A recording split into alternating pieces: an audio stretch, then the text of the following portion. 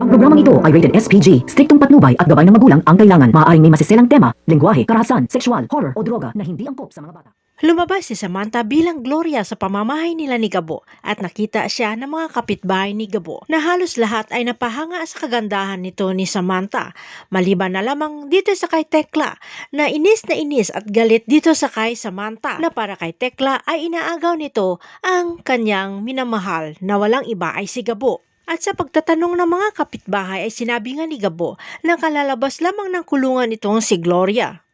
At sa mga hindi pagsagot ni Gloria na mga ibang tanong ay sinabi nga ni Gabo na nawalan ito ng memorya dahil sa pagkabagok ng kanyang ulo.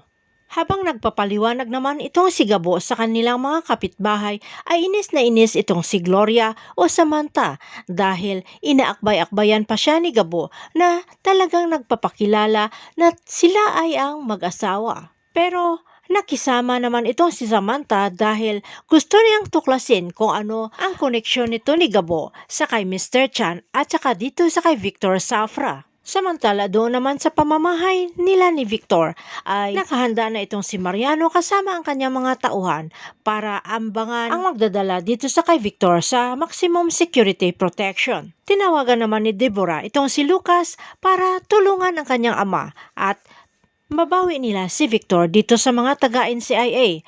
Doon naman sa tanggapan ng mga NCIA ay nagkainitan dahil dumating ang mga taga-Inlea at sila ay mag-escort dito sa kay Victor Safra.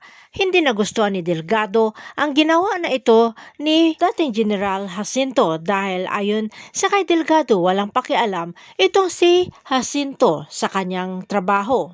Hindi naman nagustuhan ni Umali ang tabas ng dila nito ni Delgado kaya bumalik sa kanilang tanggapan. Ikinagalit naman ito ng kanilang boss na ayon kay Domingo ay utos mula sa kay General Jacinto na sila ang mag-i-escort.